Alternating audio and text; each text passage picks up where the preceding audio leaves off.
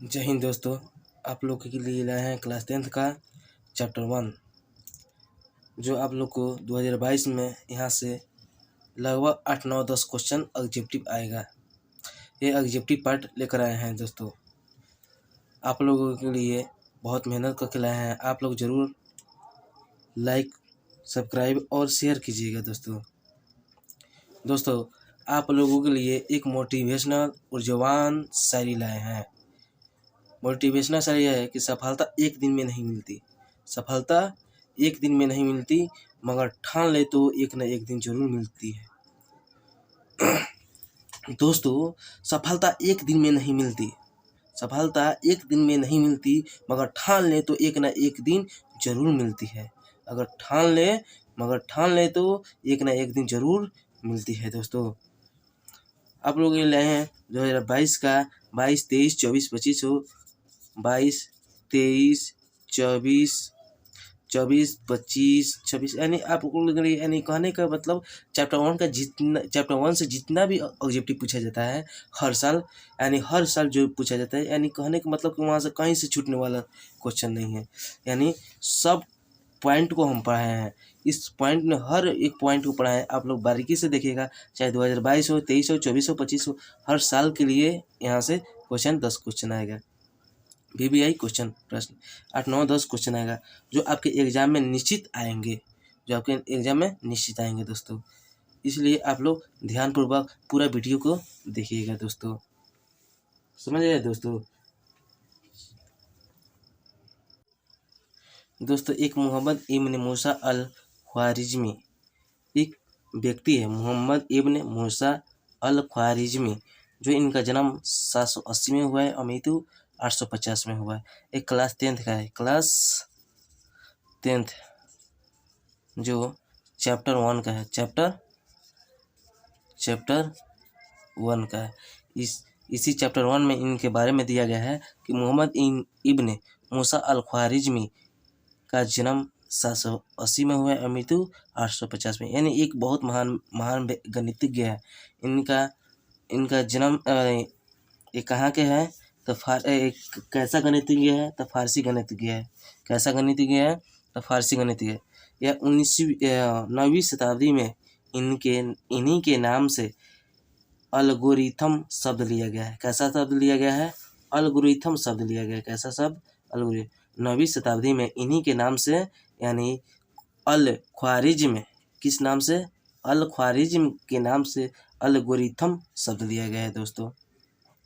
यानी मोहम्मद इब्न मूसा अल ख्वारिज़्मी, जो अल ख्वारिज़्मी है ना, इसी के नाम पर क्या लिया गया है? इन्हीं के नाम पर अलगोरिथम शब्द लिया गया है दोस्तों। ठीक है दोस्तों।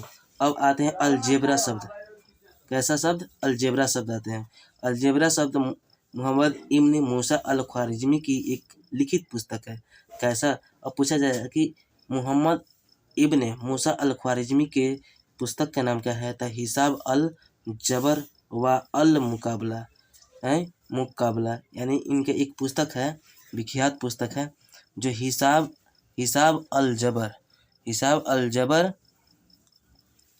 व अल मुकाबला से लिया गया। अब पूछा जाएगा कि अलजेब्रा शब्द की उत्पत्ति किसकी किताब से हुई है? तो किसके? अब कोई पूछ दे कि अलजेब्रा शब्द की उत्पत्ति किसकी किताब से हुई है, तो मोहम्मद इब्न मूसा अल ख्वारिज़्मी के पुस्तक से, यानी वो पुस्तक का नाम क्या था? हिसाब अल जबर व अल मुकाबला है। ठीक है ना दोस्तों। अब एल्गोरिथम शब्द किनके नाम पर है? तो अल ख्वारिज़्म के नाम से हुआ है। यानी आपसे कोई पूछे जाए कि एल्गोरिथम शब्द की उत्पत्ति किनके नाम पर है, तो अल ख्वारिज़्म के नाम से हुई है। और अलजेब्रा शब्द की उत्पत्ति किस किताब से हुई है? तो हिसाब अल जबर व अल मुकाबला से लिया गया है दोस्तों। अब आते हैं कि अंगणित के आधारभूत प्रमेय की सही उत्पत्ति कार्ल फ्रेडरिक गॉस ने अपनी कृति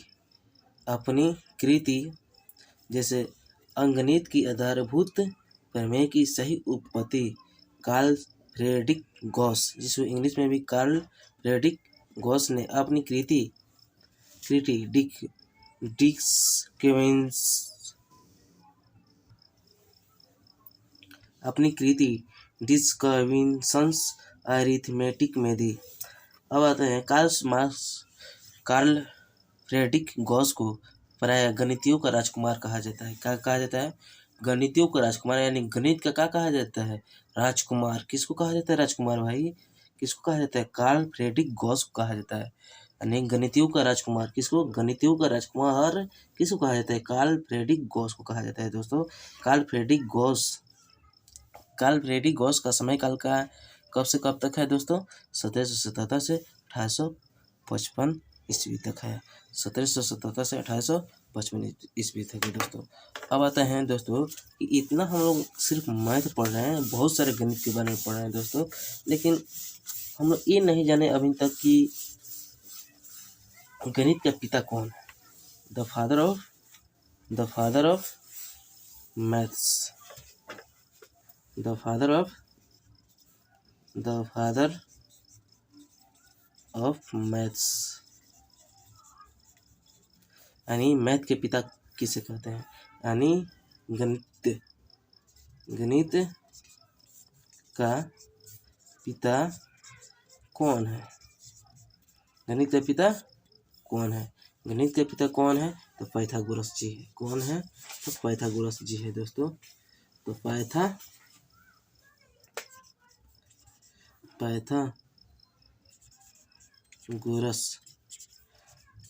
जी है।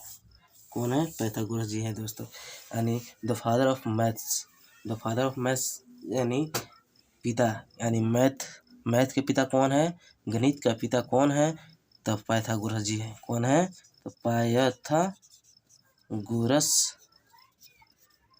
जी है। पाइथागोरस जी हैं दोस्तों, मैथ के पिता। उसके बाद हम लोग अपने दोस्तों के पास, अपने रिश्तेदारों में, रिलेशन में, अच्छा जहाँ पढ़ने वाला बच्चा है वहीं पर शेयर कीजिएगा दोस्तों। जो बच्चा पढ़ने वाला है उसके पास शेयर कीजिए, ताकि उसका 2 4 5 नंबर जो होगा ऑब्जेक्टिव वो बन जाएगा। पहले हम आप लोग को कंसेप्ट बताने वाले हैं, और सब्सक्राइब जरूर कीजिएगा। सब्सक्राइब कीजिएगा तभी जाके आप लोग को जो भी हम वीडियो बना कर डालेंगे फर्स्ट आप लोग को यूट्यूब पर दिखाई दे देगा। इसलिए आप लोग जरूर पहले सब्सक्राइब कीजिएगा और वीडियो को पूरा ध्यान से देखिएगा और अंत तक देखिएगा। ये नहीं कि आधा अधूरा न छोड़ दीजिएगा। आधा अधूरा ज्ञान अच्छा नहीं होता है, इसलिए आप लोग पूरा ज्ञान को जितना भी दिया जा रहा है उसको ज्ञान को बढ़िया से देखिएगा दोस्तों। अब हम लोग आते हैं चैप्टर 1 का नाम है वास्तविक संख्या और रियल नंबर्स। इसके कॉन्सेप्ट को हम लोग देखने चल रहे हैं दोस्तों। आते हैं कॉन्सेप्ट 1 पर आते हैं। प्राकृत संख्या क्या है या किसे कहते हैं? प्राकृत संख्या किसे कहते हैं? तो 1 से लेकर अनंत तक की सभी संख्याओं को हम लोग क्या कहते हैं? प्राकृत संख्या कहते हैं। 1 से लेकर अनंत तक की सभी संख्याओं को हम लोग क्या कहते हैं? प्राकृत संख्या कहते हैं दोस्तों। देखो दोस्तों, अब बोलेगा कि सर अभी तो साप्ताहिक भाई कहाँ से यहाँ लिखा हुआ मिल गया। तो दोस्तों देखो, वीडियो रोक कर हम बना रहे हैं, ठीक है ना? वीडियो रोक कर लिख कर फिर बना रहे हैं, ताकि अब वीडियो अगर रोके नहीं तो बहुत बड़ा वीडियो बन जाएगा ना दोस्तों। आप लोग को सिर्फ कंसेप्ट से मतलब है। तो यहाँ पर दोस्तों अब आया प्राकृत संख्या किसे कहते हैं या प्राकृत संख्या क्या है। यानी प्राकृत संख्या का डिफिनेशन कोई पूछ दे तो क्या होता है? तो 1 से लेकर अनंत तक की सभी संख्याओं को हम लोग क्या कहते हैं? प्राकृत संख्या कहते हैं। चाहे गिनती की संख्या को हम लोग क्या कहते हैं? प्राकृत संख्या कहते हैं। गिनती की संख्या को हम लोग क्या कहेंगे? यानी 1 2, एग्जाम्पल में देख लीजिए, 1 2 3 4 5 6 7 8 9 10 1000 1200 करोड़ लाख, यानी अनंत तक चले जाए, वो सब क्या है? प्राकृत संख्या है दोस्तों। सब क्या है? प्राकृत संख्या है दोस्तों। यानी 1 से लेकर अनंत तक, यानी जिसको हम लोग ना होता है ना 1000 10,000 करोड़ लाख, यानी ना होता है कि अनंत तक चले जाए, उस सभी संख्याओं को हम लोग क्या कहेंगे? प्राकृत संख्या कहेंगे। अब आते हैं कंसेप्ट 2 में आते हैं दोस्तों। अब एक ना पूर्ण संख्या क्या है? पूर्ण संख्या क्या है? तो 0 से यानी 0 से लेकर अनंत तक की सभी संख्याओं को हम लोग क्या कहते हैं? पूर्ण संख्या कहते हैं। क्या कहते हैं? पूर्ण संख्या। यानी 0 से लेकर अनंत तक, यानी इसमें सिर्फ क्या शामिल हो गया है? जीरो। यानी जीरो से लेकर अनंत तक की सभी संख्या को हम लोग क्या कहते हैं, पूर्ण संख्या कहते हैं। यानी 0, 1, 2, 3, 4, 5, 6, 7, 8, 9, 10, 100, 200, 400, 500, हजार, लाख, करोड़, यानी कहने के मतलब अनंत तक चले जाए जीरो से लेकर, तो उस सब का कहलाएगा पूर्ण संख्या कहलाएगा। यानी इसमें सिर्फ जीरो शामिल हो जाए यानी तो वो पूर्ण संख्या कहलाएगा, और जीरो नहीं है अनंत तक, एक से लेकर अनंत तक तो क्या कहलाएगा, प्राकृत संख्या कहलाएगा दोस्तों। समझ आए दोस्तों। अब आते हैं आगे कंसेप्ट तीसरा पर आते हैं। समझ आए दोस्तों। दोस्तों अब पॉइंट नंबर 4 पर आते हैं। पॉइंट नंबर कंसेप्ट 4 पर आते हैं। अब कह रहा है कि परिमेय संख्या क्या है। परिमेय संख्या क्या है। परिमेय संख्या क्या है, तो वैसी संख्याएं जो पी बाई क्यू के रूप में लिखा जा सके उसे हम क्या कहते हैं, हम उसे क्या कहते हैं, परिमेय संख्या कहते हैं। परिमेय संख्या कहते हैं, परिमेय संख्याएं कहलाते हैं। क्या कहलाते हैं, परिमेय संख्या कहलाते हैं। वैसी संख्याएं जो पी बाई क्यू के रूप में लिखा जा सके उसे हम परिमेय संख्या कहते हैं। जहाँ Q not equal to zero है, अब बात यहाँ पर आ रहा है सर परिमेय संख्या, तो क्या जीरो परिमेय संख्या है? हाँ यस। एक क्या परिमेय संख्या है? Yes sir. 2, 3, 4 भी परिमेय संख्या, क्योंकि जैसे 4 का वर्गमूल क्या होता है, 2 होता है। 4 का वर्गमूल क्या होता है, 2 होता है। तो 2 भी, तो अब √4 भी क्या है, परिमेय संख्या है। √16 का एक ना वर्गमूल क्या होता है, तो 4 होता है। और √16 भी क्या है, एक परिमेय संख्या है। 49 का वर्गमूल क्या होता है, 7, यानी 49 रूट अंडर 49 क्या है, तो एक परिमेय संख्या है दोस्तों। जितना भी संख्या के अगर रूट अंडर आ जाए, उसका अगर रूट टूट जाए तो परिमेय संख्या कहलाएगा, अगर रूट नहीं टूटे तो अपरिमेय संख्या कहलाएगा दोस्तों।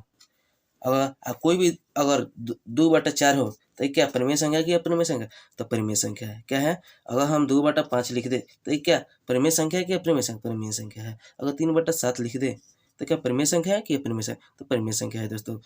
यानी कोई भी संख्या बाटा में हो लेकिन रूट में ना हो तो परिमेय संख्या कहलाता है। क्या कहलाता है, परिमेय संख्या कहलाता है दोस्तों। यानी वैसी संख्या है जो पी बाई क्यू के रूप में लिखा जा सके उसे हम क्या कहते हैं, परिमेय संख्या कहते हैं। जैसे 0 भी परिमेय संख्या, 1 भी, 2/5 भी है, 3/7 भी है, √4 भी है दोस्तों। √4/5 भी हो सकता है, रूट एक ना 16/1 भी हो सकता है, 2 भी हो सकता है, 3, यानी कुछ भी हो सकते हैं। यानी रूट में रूट टूटना चाहिए। अगर रूट टूट गया इसका मतलब क्या है, वो परिमेय संख्या है दोस्तों। अब आते हैं अपरिमेय संख्या पर। अपरिमेय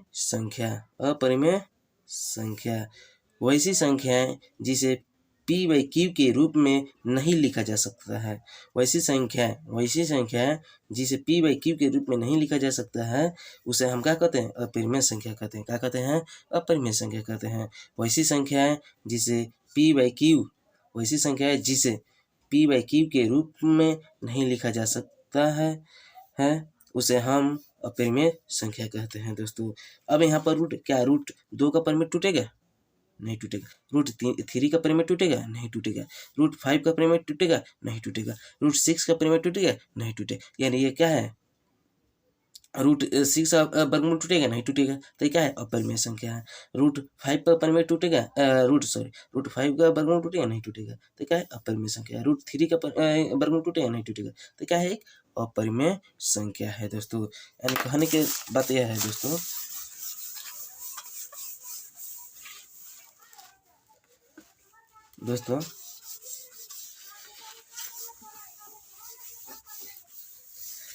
बात अब यहाँ पर हम रिवीजन करा देते हैं दोस्तों। यानी 1 से लेकर अनंत तक की संख्याओं को हम लोग क्या कहेंगे, प्राकृतिक संख्या कहते हैं। क्या कहते हैं, प्राकृतिक संख्या कहते हैं दोस्तों, संख्या कहते हैं। अब आया 0 से लेकर अनंत तक की संख्या को हम लोग क्या कहते हैं, पूर्ण संख्या कहते हैं दोस्तों। क्या कहते हैं, 1 से लेकर अनंत तक की संख्या को हम लोग क्या कहते हैं, प्राकृतिक संख्या कहते हैं दोस्तों। यानी 1, 2, 3, 4, 5, 6, 7, 8, 9, 10, या अपना से बोल सकता है कि गिनती की संख्या के दोस्तों हम लोग क्या कहते हैं, प्राकृतिक संख्या कहते हैं दोस्तों। अब आया जीरो से लेकर अनंत तक की संख्या को हम लोग कहते हैं दोस्तों पूर्ण संख्या कहते हैं दोस्तों। जीरो से लेकर अनंत तक की संख्या को हमको क्या कहते हैं दोस्तों? पूर्ण संख्या कहते हैं दोस्तों।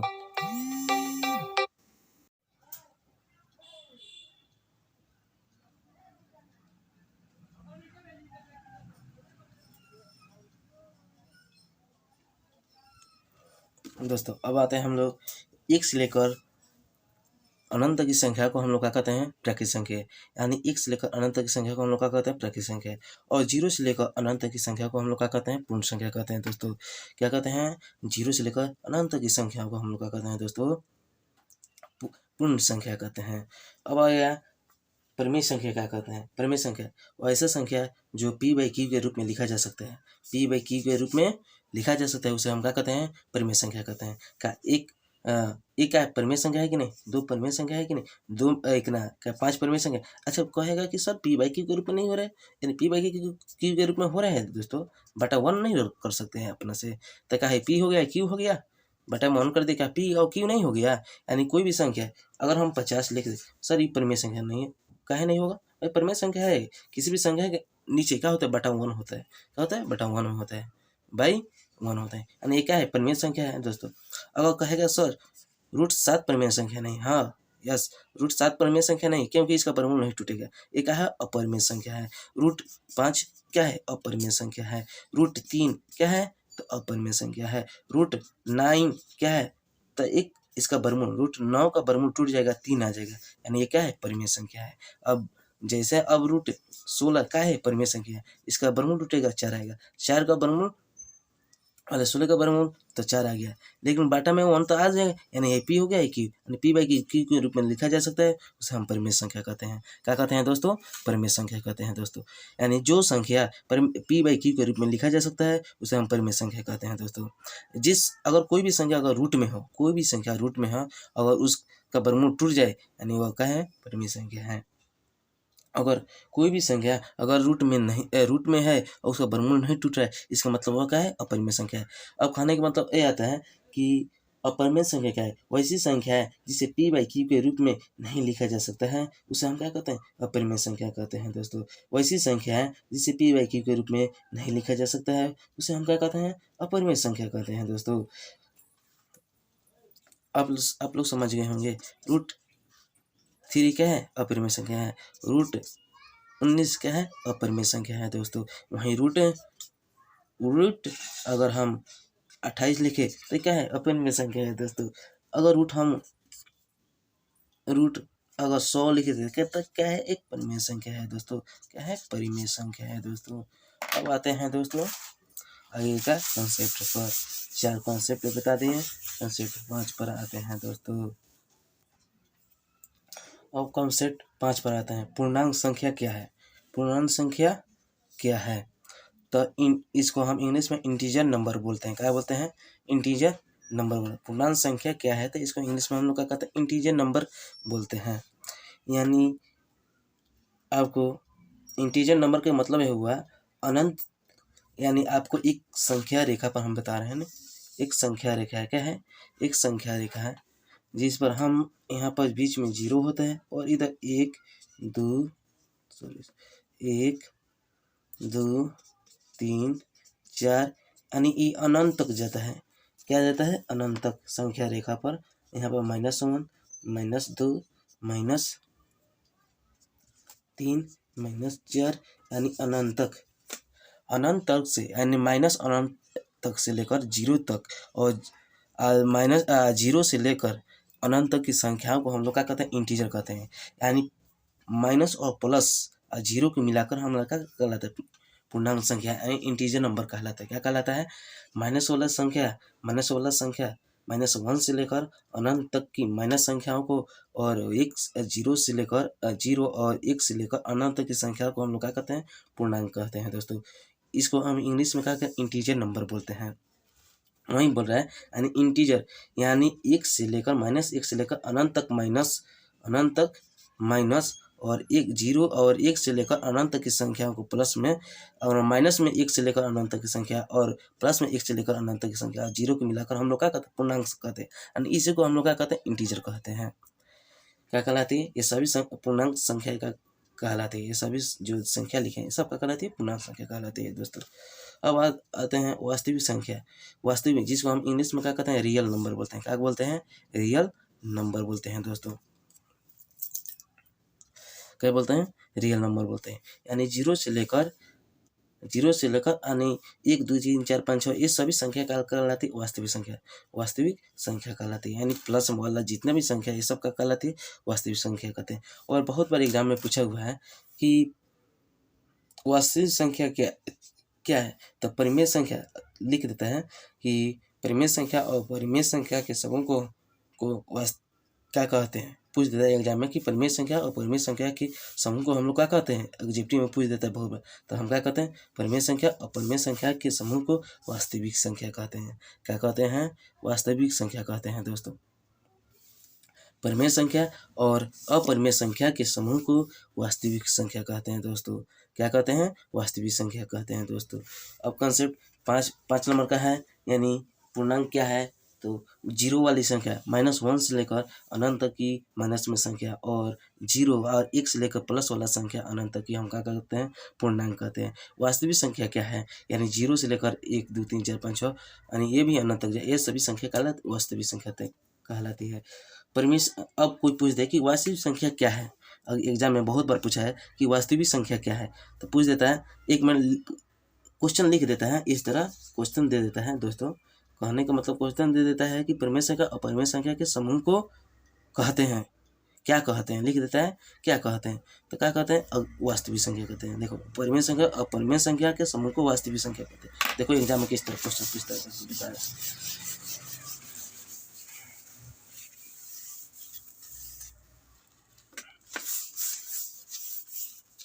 पूछ देता है एग्जाम में दोस्तों, परिमेय संख्या और अपरिमेय संख्या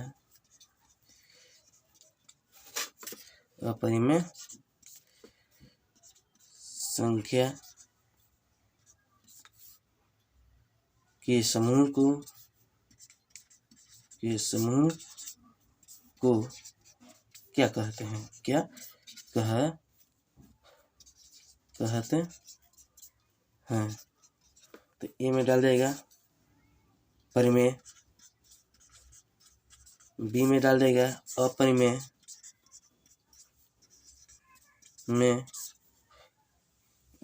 अपरिमेय नहीं लिखे, अपरिमेय।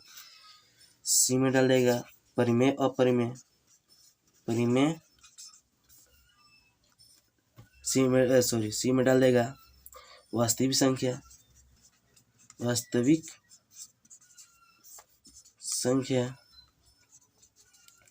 डी में डाल देगा इनमें से कोई नहीं, नॉन ऑफ दी, इनमें से कोई नहीं। तो आपका आंसर कौन होगा? यानी परिमेय संख्या और अपरिमेय संख्या के समूह को क्या कहते हैं? वास्तविक संख्या। यानी सी पर टिक मार दीजिएगा दोस्तों। इस तरह एग्जाम में क्वेश्चन पूछता है दोस्तों। अब कॉन्सेप्ट हम लोग किस पर आते हैं? 7 पर आते हैं। कंसेप्ट 7, जिसको हम क्या कहते हैं? सम संख्याएं। इसको हम इंग्लिश में क्या कहते हैं? इवन नंबर कहते हैं। क्या कहते हैं? इवन नंबर कहते हैं। सम संख्याएं को हम लोग क्या कहते हैं? इंग्लिश में इवन नंबर कहते हैं। वैसी संख्याएं जिसमें 2 से पूरा भाग लग जाता है, उसे हम क्या कहते हैं? सम संख्याएं कहते हैं। क्या कहते हैं? सम संख्याएं कहते हैं। वैसी संख्याएं जिसमें 2 से पूरा भाग लग जाता है, उसे हम क्या कहते हैं? सम संख्याएं कहते हैं। क्या कहते हैं? सम संख्याएं कहते हैं। जैसे 2 में 2 से भाग देंगे, कट जाएगा। 2 में 2 से भाग, 2 दूनी 4। 2 में 6 में 8 में 10 में 12 में 14 में 16 में 18 में 20 में 24 में 22 में, इस सब में क्या हो जाए? 2 से भाग लग जाएगा। तो वैसी संख्या है जो 2 से पूरा भाग लग जाता है, उसे हम क्या कहते हैं? कट जाता है 2 से, तो उसे हम क्या कहते हैं? सम संख्या कहते हैं। क्या कहते हैं? सम संख्या कहते हैं। अब आते हैं दोस्तों विषम संख्या। वैसी संख्याएं जिसमें 2 से पूरा भाग नहीं लग सके, उसे हम विषम संख्याएं कहते हैं। क्या कहते हैं? विषम संख्या कहते हैं।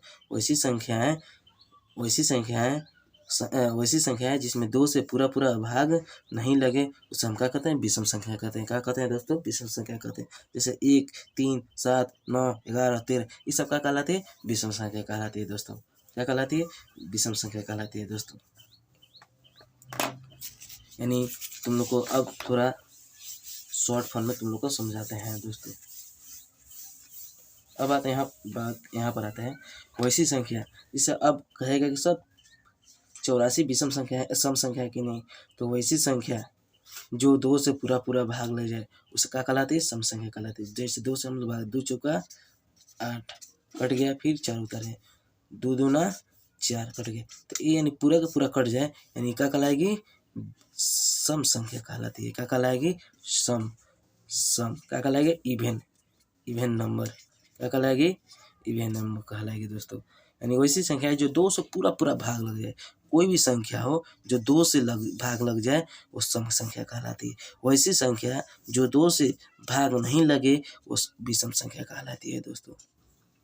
वैसी संख्या दोस्तों जो 2 से पूरा के पूरा भाग लग जाए यानी सम संख्या कहलाती है। वैसी संख्या जो दोस्तों जो 2 से पूरा पूरा भाग नहीं लगती है उसे हम विषम यानी ओड नंबर कहते हैं। क्या कहते हैं, ओड नंबर कहते हैं दोस्तों।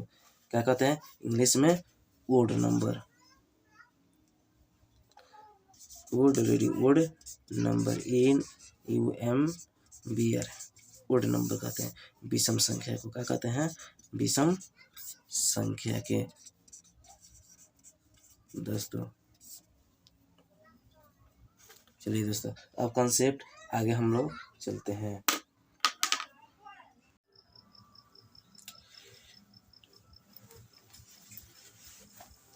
दोस्तों अब आते हैं हम लोग अभाज्य संख्या। अभाज्य संख्या क्या है, या अभाज्य संख्या कोई पूछ दे डेफिनेशन क्या है दोस्तों, तो आप लोग क्या बोलिएगा कि वैसी संख्याएं जिसमें एक तथा स्वयं से भाग लगे। वैसी संख्याएं जिसमें एक तथा स्वयं से भाग लगे और किसी दूसरे संख्या से भाग न लगे। कहने की बात यह है कि वैसी संख्या जो एक से कटे और स्वयं से यानी उसी संख्या से कटे लेकिन दूसरी संख्या से ना कटे वो क्या कहलाती है, संख्या अभाज्य संख्या कहलाती है। क्या कहलाती है, वैसी संख्याएं जिसमें एक तथा स्वयं से भाग लगे और किसी दूसरे संख्या से भाग न लगे उसे हम अभाज्य संख्याएं कहते हैं। कहने का मतलब अब एग्जाम्पल में जैसे 2 में सिर्फ 2 है तो 2 में तो 2 से भाग लगेगा, 2 है तो 2 से भाग लगेगा, 1 से भाग लगेगा। क्या दोस्तों क्या अब इसमें दूसरे किसी अलावा से कट रहा है, नहीं कट रहा है।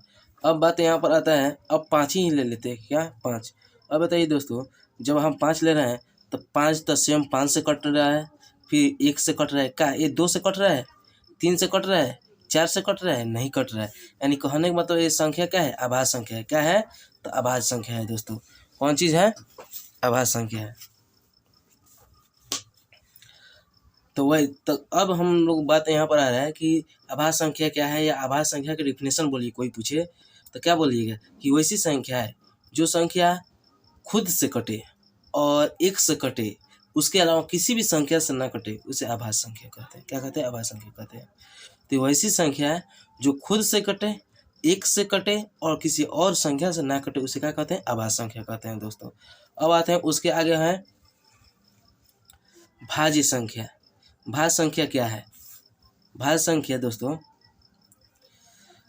वैसी संख्या है जिसमें क्या, तो जिसमें वैसी संख्या है जिसमें एक तथा स्वयं से भाग लगे। वैसी संख्या है जिसमें एक तथा स्वयं से भाग लगे और किसी दूसरे संख्या से भाग लगे और किसी दूसरे संख्या से भाग लगे। यानी वैसी संख्या है जिसमें एक तथा स्वयं से भाग तो लग ही रहा है और किसी दूसरे संख्या से भाग लगे उसे हम क्या कहते हैं, भाज्य संख्या कहते हैं। कहने की बात यह है कि वैसी संख्या जो स्वयं से कटे, किसी 1 से कटे और किसी और संख्या से भी कटे तो उसे क्या कहते हैं, भाज्य संख्या कहते हैं। जैसे हम ले लेते हैं 15 है तो 15 तो 3 से भी कटेगा, 5 से भी कटेगा, 1 से भी कटेगा और 15 से भी कटेगा। अब बताइए हम लोग 3 से भाग लगाएंगे तब भी 15 कटेगा, जो है 15 है वो 5 से भी भाग देंगे तो 15 कटेगा, 5 ये 15, 1 से भी भाग देंगे तो 15 मरतबा में कटेगा, और 15 से भी भाग देंगे तो 1 मरतबा कटेगा। यानी ये क्या है, बहुत सारे संख्याओं से कट रहे हैं। 15 से भी तो खुद से कट ही रहा है, फिर 1 से भी कट रहा है, लेकिन यहाँ 3 और 5 से भी कट रहा है। इसका मतलब ये होगा ये संख्या क्या है, भाज्य संख्या है दोस्तों। क्या है, भाज्य संख्या। यहाँ दुई के ले लेते हैं, यानी कहने का मतलब है कि ना दोस्तों, दो नहीं सॉरी दो लिखा गया, दो क्या है, ये अभाज्य संख्या, दो एक तो अभाज्य संख्या।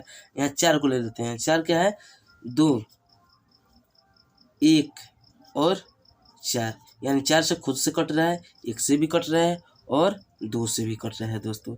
यानी कहने का मतलब यह है कि वैसी संख्याएं जो खुद से कटे और 1 से कटे या किसी और भी संख्या से कटे, 2 से, 4 से, 5 से, 6 से, 8 से, यानी किसी और भी संख्या से कटे, इसका मतलब क्या है, वो संख्या भाज्य संख्या कहलाता है। और वह संख्या जो, यहाँ पर रुक जाओ दोस्तों, बतला है 1 मिनट।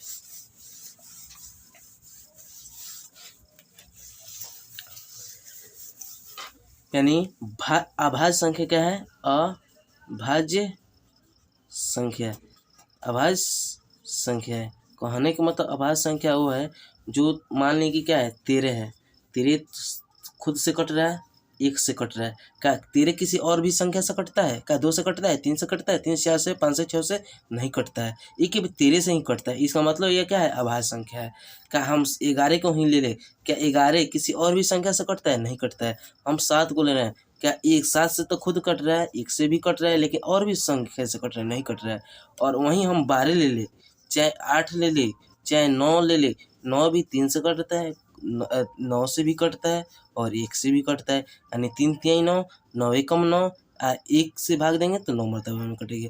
यानी यही 9 खुद से कट रहा है, 1 से भी कट रहा है और दूसरा संख्या यानी 3 से भी कट रहा है दोस्तों।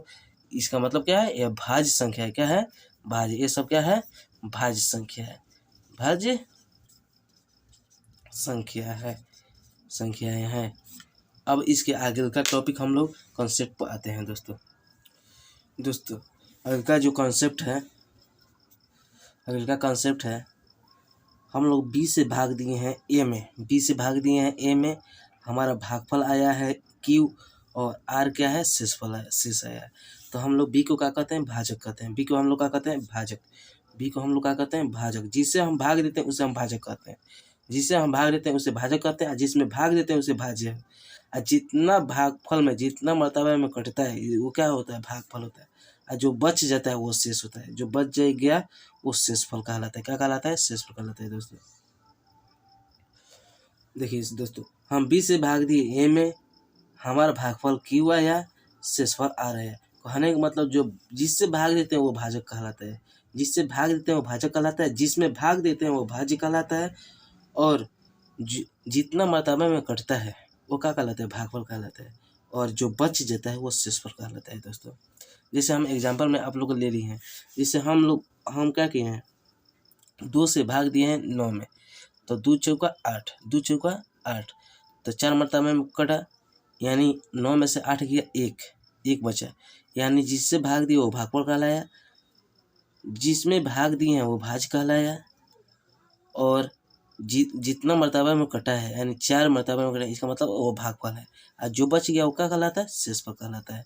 यानी ये भागफल है, इस भाज्य है, ये भागफल है, भाजक है, ये भाजक है, ये भाज्य है, ये भागफल है, और ये शेषफल है दोस्तों।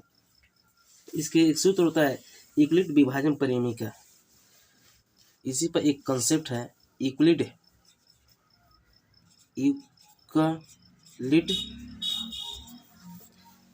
विभाजन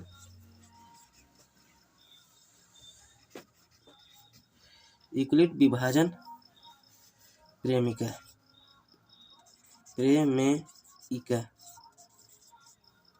यही एक सूत्र है, यूक्लिड विभाजन प्रमेयिका।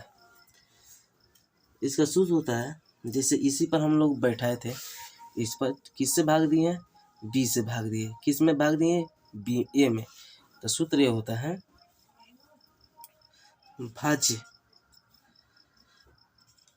भाज्य बराबर भागफल गुना भाजक, भागफल गुना भाजक प्लस शेषफल प्लस शेषफल, यानी जगह नहीं मिला है तो शेष लिख दिए हैं दोस्तों, यानी शेषफल हुआ। तो हमारा भाज्य, हम लोग भाग दिए हैं यहाँ पर, भाज्य कौन है, ए है, तो हमारा ए हो गया। भागफल कितना है, क्यू आया है, कितना आया है, क्यू आया है। भागफल हमारा क्यू आया था, क्यू लिख दिए। ए है क्यू है, गुना भाजक कितना है, भाजक है हमारा बी, भाजक कितना है बी, प्लस शेषफल कितना है आर, तो आर लिखते हैं दोस्तों। यानी हमारा सूत्र है ए बराबर क्यू गुना बी बराबर आर है, यानी सूत्र हमारा ये हुआ भाज्य बराबर भागफल गुना भाजक प्लस शेषफल।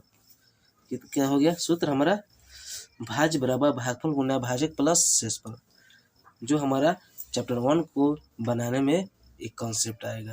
यानी भाज्य बराबर भागफल गुना भाजक, भाज्य बराबर भागफल गुना भाजक प्लस शेषफल। दोस्तों एक और सूत्र है, हम ऊपर से मिटा देते हैं दोस्तों। एक और सूत्र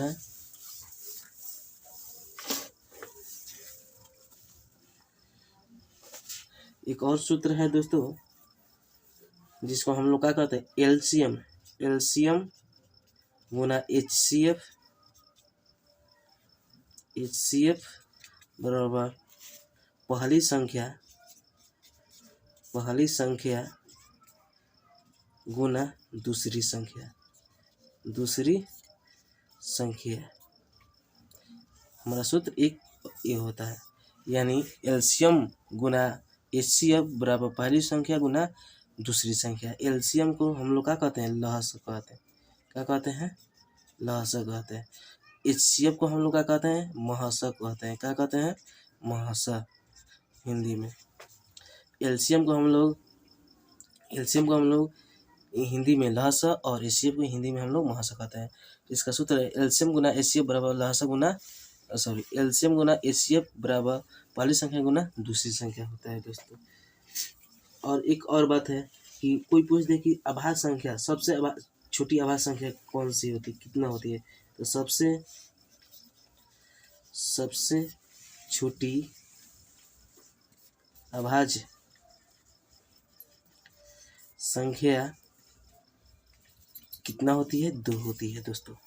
सबसे छोटी, बहुत बार एग्जाम में पूछ चुका है 10th क्लास में कि सबसे छोटी अभाज्य संख्या क्या होती है। 10th में क्या कंपटीशन में भी पूछ देता है कि सबसे छोटी अभाज्य संख्या क्या होती है, तो 2 होती है दोस्तों। क्या होती है, 2 होती है दोस्तों। सबसे छोटी अभाज्य संख्या 2 होती है दोस्तों।